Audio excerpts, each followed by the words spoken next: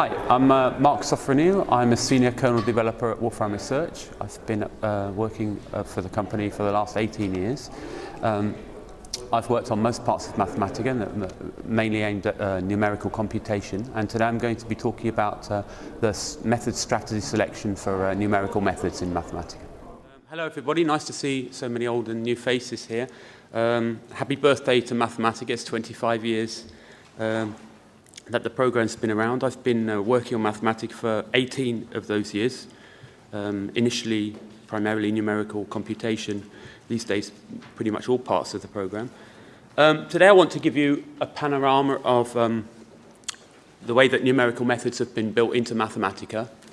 I'll try to give you simple examples that motivate some of the choices that are made, and how you can use Mathematica itself to get some idea about the choices of methods that are made. Okay, I've tried to simplify the examples as much as possible for people who aren't experts in any particular field. I'm going to use several features, in particular these monitor functions. So these are available to get some kind of introspection into the system. Here's a simple example using find minimum. I'm going to use evaluation monitor, and I'm going to use it to count the number of times that the function is evaluated, the number of times that the gradient is evaluated, and the number of times that the Hessian is evaluated. So that's what you see. And the number of times the step monitor will count the number of steps that are taken. And that's what you see here at the end of the result. So we have the minimum that was found, the solution that was found, and then this additional information that's been collected.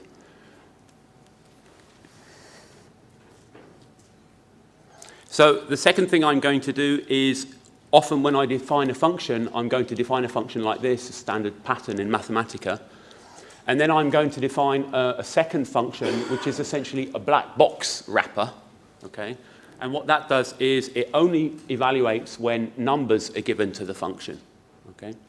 And that, in a sense, is hiding the function from Mathematica, disallowing Mathematica from doing any processing on the function. All it sees is this function fn, and it can't get inside and see the actual structure of the equations. Okay? So that's going to give you an idea about the kind of processing that Mathematica can do. If I give it this function, it can go and analyze this function. If I give it this function, then it's prevented from analyzing that function. So the first example is if I use this black box function and I try to find the minimum of this function, then I get a bunch of messages from find the minimum saying it's unable to symbolically compute the derivative. Okay? And when it's unable to symbolically compute the derivative, what it will do is it will use differences of the function itself to approximate these higher order derivatives. Okay? And so it's kind of a numerical derivative that it's using. And this tells you the number of steps that are taken, and these are the number of functions and derivatives. And if I instead take the symbolic form of the function, excuse me, then what you can see is it's able to get the symbolic derivatives of these of the objective function, and it's able to do a much more efficient job of computing, in this case, what's the same local minima. It's found the same local minima, but it's taken one more step, but actually the number of functions evaluations is much smaller, and it's actually got a very slightly more accurate answer here. You can see the last digit there is one digit different. Okay, so this was actually much faster to compute this second solution.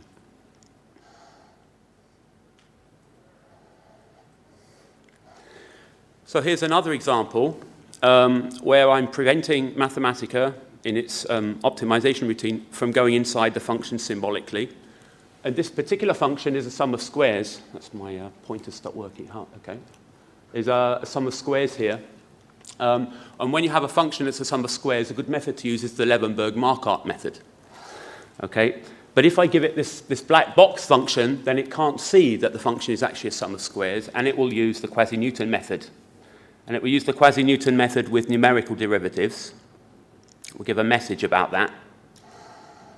And that's just to show you that the solution is the same, the automatic solution is the same as the solution found, explicitly giving the method quasi-Newton. Then if I use the Levenberg-Markup method, then what you see is compare the two. It's actually found a different local minimum, okay, from the quasi-Newton method.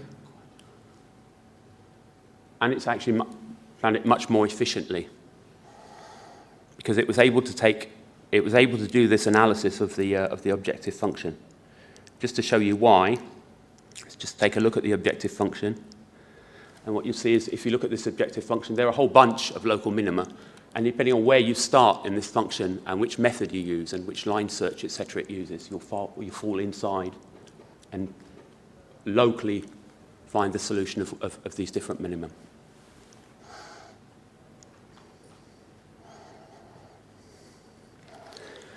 So another example is numerical integration. In numerical integration, we take a definite integral of this form here, and we approximate it with a quadrature.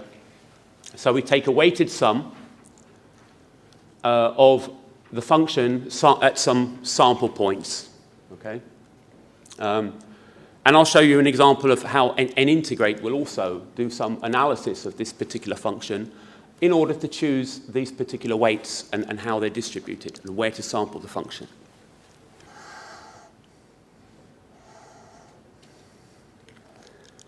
So the first example is an integrate will transform a problem. Let's say I've got an infinite integral here, so the limit itself is infinity. Numerically, of course, you can't evaluate infinity. So what does Mathematica do? It will do a transformation of variables to map infinity to 0.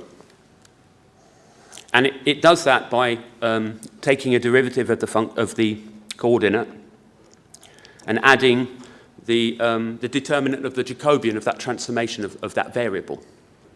Okay, so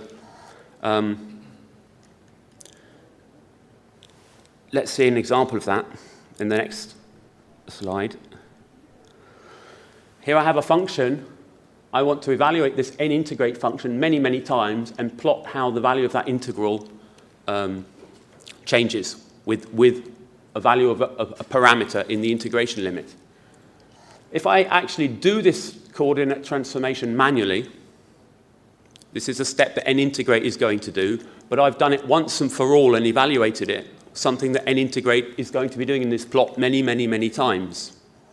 Okay, so I've kind of taken one of the steps outside of n-integrate, done it manually, once and for all at the outset, and in doing that, you'll see that the computation time for doing this plot is reduced because n-integrate doesn't have to do this work anymore. I've actually done it manually for it. Okay, it's just showing you one of the steps that's carried on inside n-integrate. So here's another example that's a highly oscillatory integral. It's a notoriously difficult problem. If I give it to an integrate, it immediately comes back with this answer. And moreover, if I give it even a higher working precision and ask for an even more accurate solution, it comes back straight with this answer. But this is a notoriously difficult problem, so how was it able to do that? And the answer is we can get some insight into what's going on by looking at where in integrate is sampling this function and the actual values. So this is a little thing here using the evaluation monitor to collect the points at which an integrate is sampling the integral. And it's plotting these sample points, the distribution of these sample points, and how the function is varying at these sample points. Okay? So look very closely at this distribution. Now, if I make a black box function here, preventing n-integrates from going inside that, then what you'll see is I actually get a different situation. N-integrate will fail to converge, and it's kind of tried to step down the sampling points into the region where it thinks the oscillatory part is occurring, but it doesn't know exactly where to distribute these values in order to improve the solution.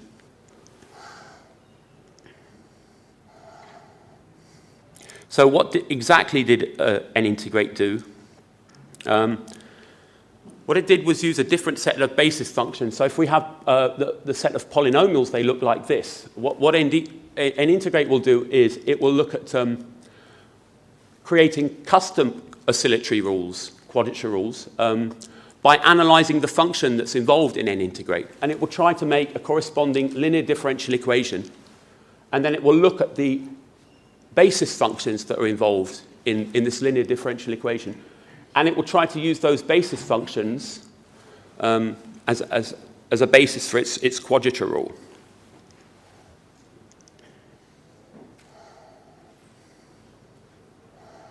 So again, this is an example. This might be a naive way to try to sample the... this might be a naive way to try and sample this oscillatory integral here. Here I have a discontinuous part, is the ceiling function, a Bessel function, and then some argument of the Bessel function. So what an integrate does is it splits it into three parts. First of all, it recognizes that this ceiling function is present.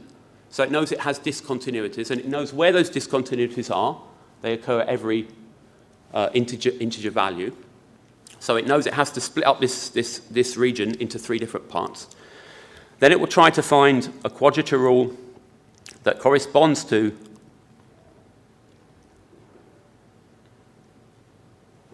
Bessel, the Bessel function that it sees, and it will find this linear differential equation. And then it will look at the argument of the Bessel function and see how this equation varies in these particular intervals. And it will see this is a very rapidly oscillating solution, this is and this is not so rapidly. And it will use a different set of quadrature rules and a different set of basis functions for each of these pieces.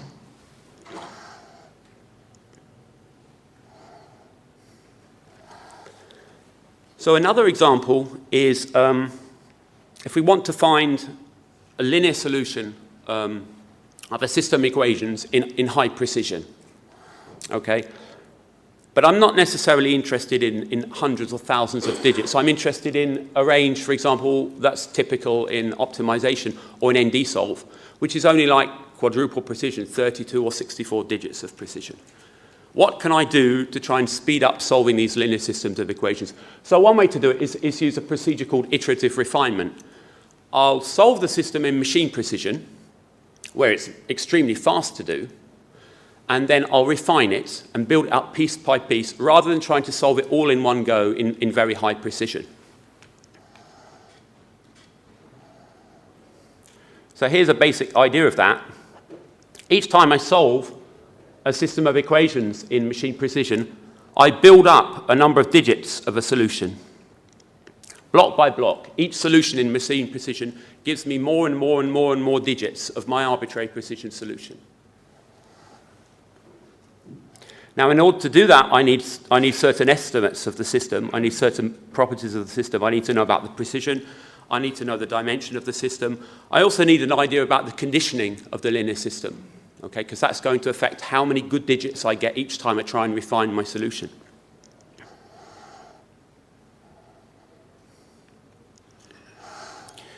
So this is a little plot that shows how much faster is it to build up this solution iteratively compared to just solving it directly in a high precision way. Okay, and this is a panorama of that picture, and this is the crossover here. Okay, so you see at low precision, this iterative refinement method is almost always faster, and over here it's like 30 times faster. Okay. So the larger the dimension of the system gets, for low to moderate precision, the faster and faster this iterative way of building up the solution works. But if I want a really, really high precision system, then I'm still better off using the direct method up here. But if the conditioning of the system gets worse, then this picture changes. And the direct way of solving the system gets better and better. And then suddenly, if the conditioning of the system is so bad that I can't even use machine precision, the conditioning is 10 to the 16, then I get no more good digits each time I try and refine this system using machine precision. And there's no point using the iterative refinement method.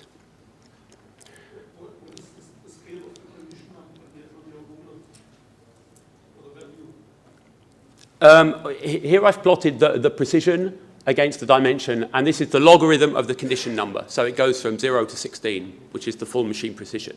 Yeah, it goes from nothing, which is the best possible scenario, which is almost never. And so here's just a couple of examples here. This is the timing now of the iterative refined method and of the direct method. And in green, I've plotted the method that's chosen automatically by Mathematica. And this is actually the runtime, so it includes the estimate itself for the automatic method to be selected. And what you'll see is it does a very good job of following the optimal method here, the iterative refinement method, up until the point where the direct method gets better, and then it goes off and uses the direct method. And these are four different scenarios, depending on real, complex arithmetic, whether the condition number is slightly worse, or whether we're actually solving for multiple right-hand sides. And in all of these scenarios, you see the automatic method picks up the right characteristics of the system. So the second half here of the talk, I'm going to talk about differential equations. That's mainly because the dynamics that occur in differential equations are so varied that this is where a lot of technology has gone into Mathematica in order to try and resolve these different types of dynamics. There might be ordinary differential equations, boundary value problems, delay differential equations. Now we have differential algebraic equations, partial differential equations. New in Mathematica 9 is parametric differential equations, and I'll also show a brief example at the end of events and discontinuity detection. Now, an interesting thing about the differential equation is that it's not like solving a linear system. We can't just get a condition number estimate at the beginning of solving that linear system that tells us how that system behaves, because the character of a differential equation might change during the evolution of that system. So locally, it might have certain properties in one region that aren't present in another region. And so we need strategies and methods that can locally adapt themselves. So these are just a couple of very quick examples about ND-solve. Here it's just a system of differential equations. What I'm just showing you here is that when ND-solve tries to put these differential equations into a canonical form, it's going to need to have this y primed on the left-hand side, and it's going to need to solve a system in terms of y primed. But y primed also occurs here. So when it's unraveling this system, trying to get a linear system for y primed, it notices this, and so it will generate two branches or two particular solutions.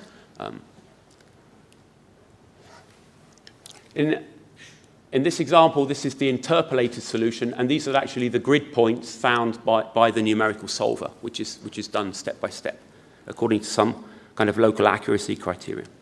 So in a boundary value problem, I have not just a starting point, but I also have a starting and an end point which bound the motion. In a delay differential equation, I have a history. Here, I have a delay or something backwards in time, and I need to give an initial history function. And what you'll see is you'll get these breaking points. This solution is piecewise continuous, and then there is certain breaking points here that build up in the history of the delay differential equation. Then there's a partial differential equation which has a dependency on more than one variable, and then you have partial derivatives in terms of more than one variable. So the first thing I want to show you is using this kind of monitoring of Mathematica to get the data out of ND-solve. I've written a little order monitor function that will just go and say to the method, what size order are you at every single time step? And then if I solve this system using my little order monitor function that sows and reaps data at every time step, I can then plot at every time step what the order of the integration method was. And you see that it adapts itself locally in order to satisfy the local error tolerances as the system evolves. So that's one thing. The methods locally need to be, for optimal efficiency, need to raise and lower the order of accuracy. A second thing that they need to do, the methods, is to be able to detect what's called stiffness. So I'll give you an example of that now. This is the van der Pol system here that I'm going to use in a number of examples. And I'm going to set up a little function that will monitor whether the method that I'm using is stiff or non-stiff. It's going to ask the method, are you a stiff method or are you not a stiff method?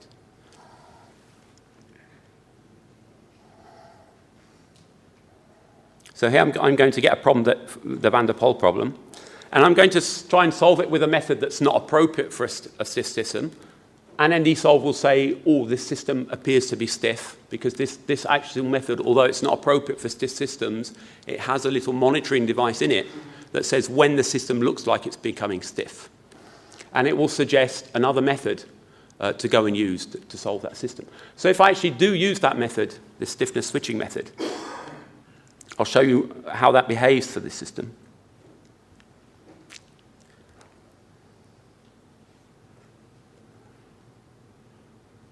Okay, so these are the two solutions of the van der Pol system. And the stiffness is not these sharp peaks, okay? When you have these very sharp peaks, the ODE solver has to choose a very small step size, okay? And when it chooses a very small step size, it's resolving fine detail, and an explicit method is fine for that because it's using a very small step size. The regions of stiffness are just after this, when it comes back up again, and there's this change around here. Okay, so these are the regions. So every time there are these sharp peaks here, it's fine just to use an explicit method, because the explicit method will be using a very small time step, and it's going to be resolving just fine this small detail. It's when the explicit method tries to start using a large step, but there's a change in character in the differential system. That's when it gets into trouble. So what NDSolve does is here I've plotted the time steps that have been taken by NDSolve. And the blue ones are the explicit method, okay? When it's had to check this rapid variation according to control the local error, it's been working just fine with the explicit method, the blue method. But when the blue method, after resolving this fine structure, it's come back up here, then it's gone into trouble and it's switched over to using a stiff method. That's this red method here, until it's got to the next part here and it's able to go back again to use an explicit method. Then it goes back to a stiff method, a non-stiff method, a stiff method. And you see it switches backwards and forwards according to the local behavior of the differential equation.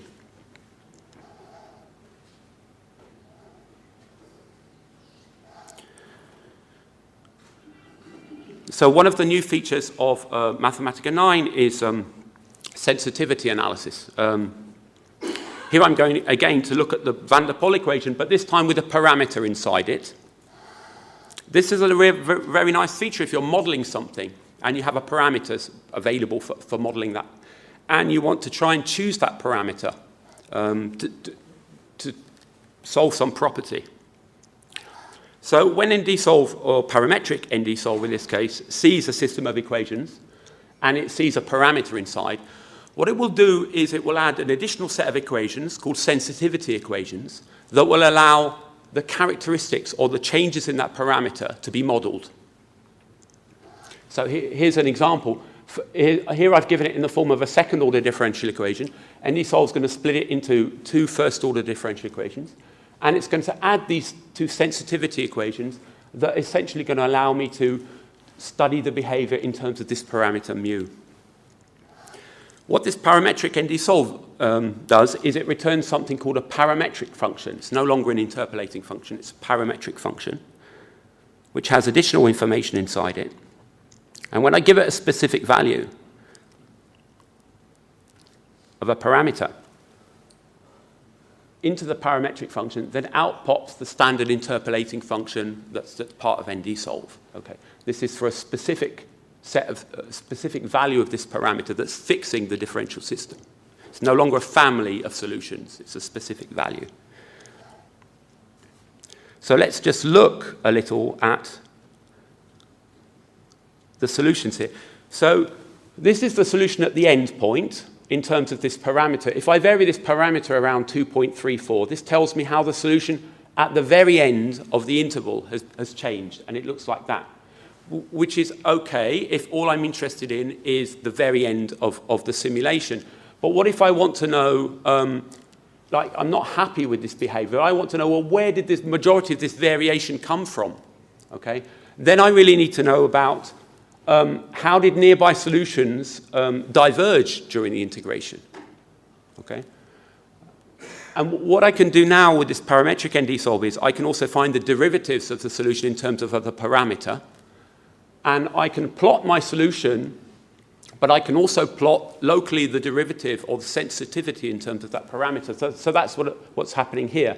I've got one particular trajectory for the value 2.34 of mu, but locally around it, I've added the derivative in a positive and negative direction at that parameter value to see in certain regions it's very insensitive to the parameter, but in certain regions it's very sensitive to the parameter. So depending on where I'm modeling that parameter, I can decide whether I'm happy with that behavior or not.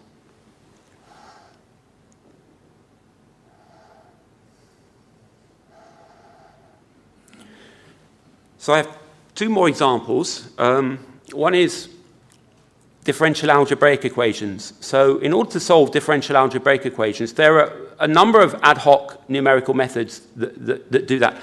But the most robust and reliable methods require that the problem be specified in a certain form for a numerical solver, and that's a so-called index 1 form.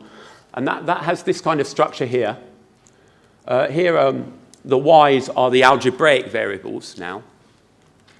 And if the Jacobian of this algebraic constraint here is non-singular for all time, okay, then this is an index 1 problem. However, if this Jacobian becomes singular, then it's no longer an index 1 problem, and my numerical solver won't be able to use the form that's been specified. So what does ND-solve do? Because you might just pick up a textbook and you might say, well, I just got this differential algebraic equation. I don't know if it's index 1 or index 2 or whatever. What is the differential index? So Mathematica will try and do this analysis for you. It will say, well, does it look like it's an index 1 problem?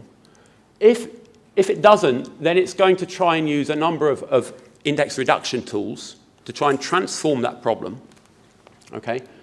Then it's going to post-process them. It's going to try and find some consistent initial conditions to get that differential algebraic system started.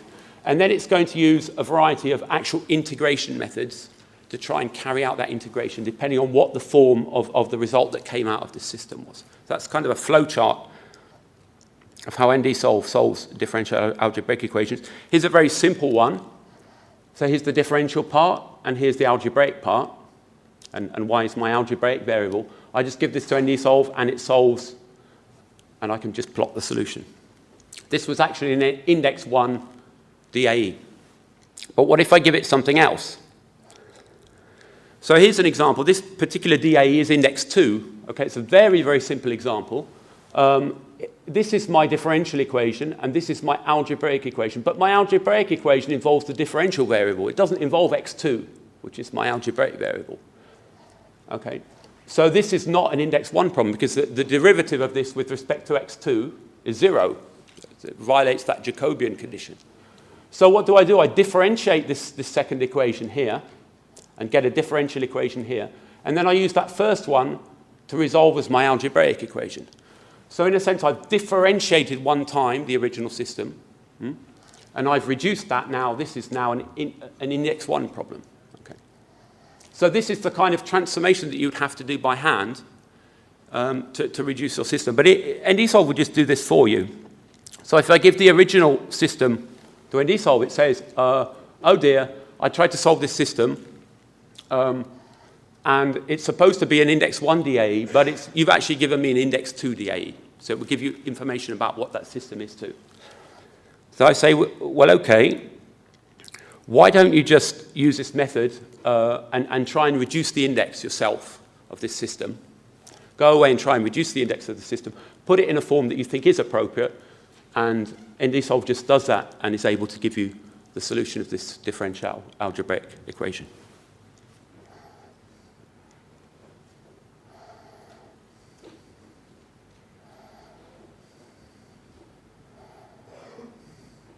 So my last example is of discontinuous equation, a switching function. What happens is, normally when you solve a system of differential equations, they have to have some assumptions about smoothness, Lipschitz continuity, in order to have a unique solution. In this particular example, I said, well, when you hit a certain region, instead of using this function for the right-hand side of the differential system, start to use this function. So I might be modeling, say, air conditioning, since we're moving towards the summer.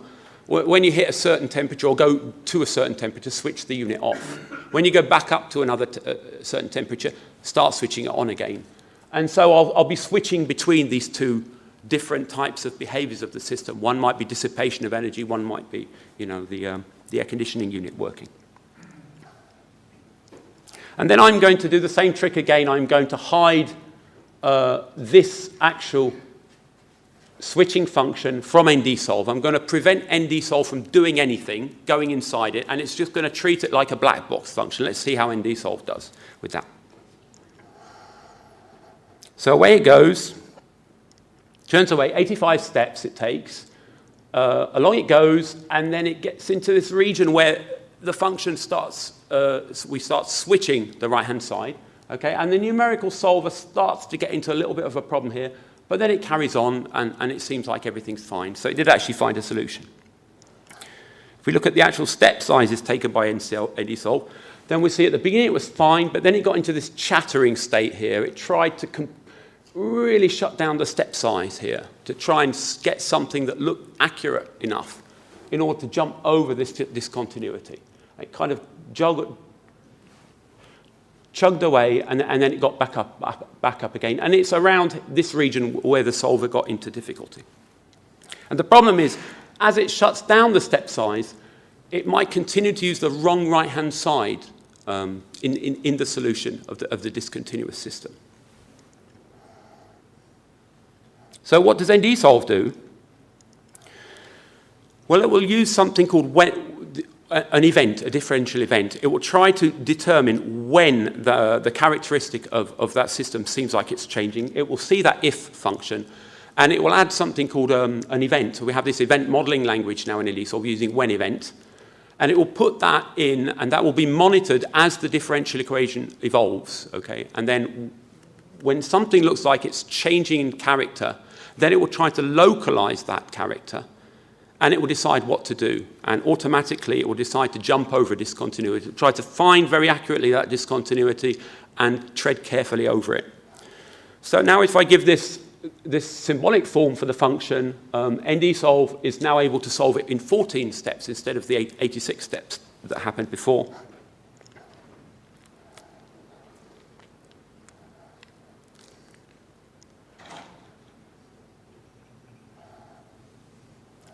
And you see here, almost no difficulty whatsoever here, finding this discontinuity and treading over it.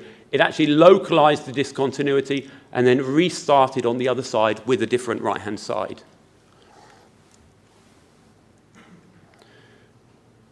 So maybe that makes a difference to the computation time, but does it make a difference to the quality of the solution? Well, what we can do is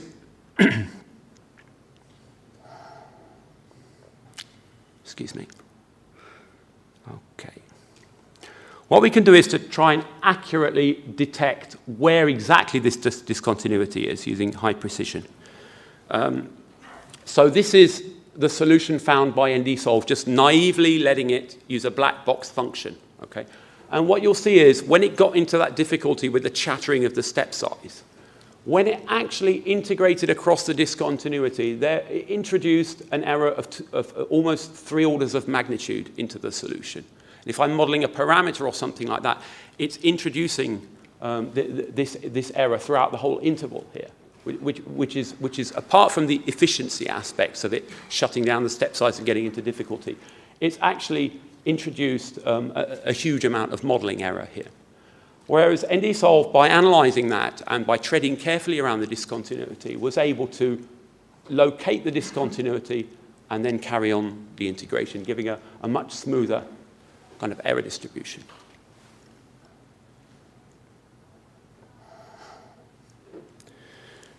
So it's whirlwind tour. I hope it wasn't too fast. And it's just a sample of the methods that are automatically chosen by Mathematica with a focus on the numerical computation.